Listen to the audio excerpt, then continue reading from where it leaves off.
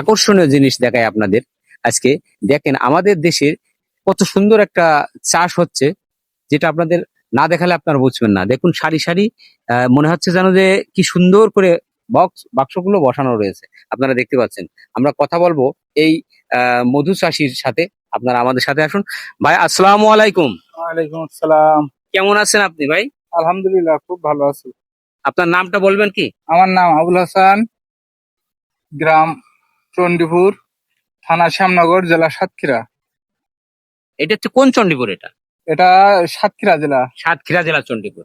আর এখানে আপনি এই যে যে জায়গায় চাষটা করছেন এই মৌমাছি নিয়ে, এটা কোন জায়গায়? এটাও চণ্ডীপুর, এটা হচ্ছে আপনার ঝিনাইদহ জেলা। এটা ঝিনাইদহ জেলা। দেখেন সাতক্ষীরা জেলা থেকে ছুটে এসেছেন এই মধু চাষি চাষ করার জন্য এই ঝিনাইদহ জেলার 6 নম্বর গান্না ইউনিয়নের, এটাও চণ্ডীপুর গ্রাম। এই চণ্ডীপুর এসে এই ভাই এই মধু চাষ করছে।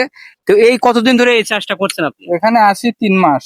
3 মাস খাওয়াই বাসায় রাখছি। এবার আমরা যাব আমাদের যেখানে মধু হয়, বরই গাছের ফুল ফুটবে সেখানে। মানে বড়ই গাছের যে ফুল ফুটছে, এই বড়ই গাছের ফুলের কাছে নিয়ে যাবেন। আমরা চলে যাব কলরোয়া, আগামীকালকে অথবা পরশুদিন চলে যাবো। এখান থেকে সবগুলো এই বাক্সগুলো তুলে নিয়ে যাবেন। সবগুলো তুলে নিয়ে চলে। আর এখন এখানে কিভাবে বাঁচিয়ে রাখলেন নাকি এখানে এই যে বাক্সের ভিতরে পট আছে, পটের ভিতরে চিনি গুলি দিতে হয়। এরা খায়, শুধুমাত্র খেয়ে বেঁচে থাকে। খেয়ে বেঁচে থাকে? এই বাঁচানোর জন্য আপনারা এখানে রেখেছেন, তাই না? জি। কিন্তু মধু চাষ করার জন্য এখন আবার নিয়ে যাবেন এখান থেকে স্থান পরিবর্তন করে। যেখানে আমাদের ফুল আছে, বরুই গাছের ফুল ফুটছে, কলরোয়া, সাতক্ষীরা জেলা কলরোয়া থানা, ওখানে চলে যাবো আগামীকাল। তো এটা তো আপনাদের ক্যারিং কস্ট আছে না, এই যে নিয়ে যাওয়া নিয়ে আসা? হ্যাঁ, অবশ্যই আছে। তো এখান থেকে কেমন মানে আয় আসে আপনাদের? কেমন এই মধু চাষ করে? অবশ্যই, বা আল্লাহ দিলে ভালো হয়। তবে আমাদের এখন এখন যে সিজনটা, এটা হচ্ছে খরচের সিজন। আমাদের এই যে সামনে বরই ফুল ফুটবে, তারপরে সরিষা ফুটবে, তারপরে আছে আপনার ধনে কালো জিরা, তারপর আছে লিচু, তারপর আছে সুন্দরবন। আমরা একটানা 6-7 মাস মধু পাই। আর 5 মাস আমাদের চিনি খাওয়াই বাঁচিয়ে রাখতে হয় মাছিগুলো। শুধু চিনি খাওয়ায়ে বাঁচিয়ে রাখতে হয়। দেখেন যে কত সুন্দর প্রযুক্তি, যে এই ভাই কত দূর থেকে এসে মাছিগুলো বাঁচানোর জন্য এই জায়গায় নির্ধারণ করেছে, এবং এখান থেকে মাছিগুলো আবার স্থান পরিবর্তন করে নিয়ে যাবে। বড়ই ফুল যেখানে ফুটছে সেই জায়গায় নিয়ে যে আবার মধু সংগ্রহ করাবে এই মৌমাছি দ্বারা। এখন তো ফুল নাই, ফুল থাকলে চিনি দেওয়া লাগতো না। এই প্রতিটা বাক্সে কি এই মৌমাছি এইভাবে আছে? প্রত্যেকটা বাক্সে এভাবে মাছে মৌমাছি।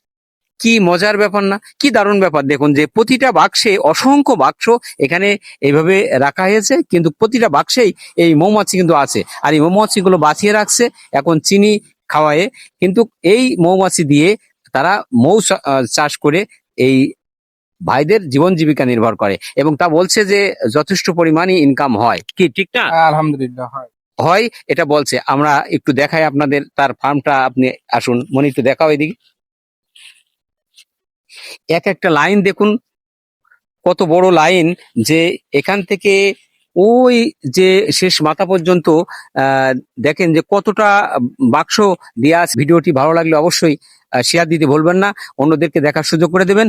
এবং এই ধরনের মধু যে চাষিদের প্রতি আপনারা অবশ্যই একটু দেখবেন, যে যারা বেকারত্ব আছেন তারা যদি মনে করেন, ভাই একটু কথা বলেন, যে যদি মনে করে যে কোনো ভাই বেকারত্ব আছে যারা, তারা যদি মনে করে যে এই মৌ চাষ করে কি লাভবান হওয়া যায়, ইনশাল্লাহ সম্ভব। আমার ক্যামেরা দিকে একটু তাকিয়ে বলেন। ইনশাল্লাহ হ্যাঁ, সম্ভব। মানে এই এই চাষ করে কি সম্ভব হবে? সম্ভব। আমরা তো ইনশাল্লাহ সফলতা হয়েছি ইনশাল্লাহ। তারা বলছে যে আমরা এই মৌ চাষ করে আমরা সফলতা হয়েছি, এবং যারা বেকারত্ব আছেন, যুবকরা আছেন, এরা যদি এই পেশায় আসতে চায়, এই মৌমাছির এই চাষটা করতে চায়, তাহলে তারা অবশ্যই লাভবান হতে পারবে। যাই হোক, ভালো থাকবেন। এই মৌ খামার থেকে আজকের মতো বিদায় নিচ্ছি। আল্লাহ হাফেজ।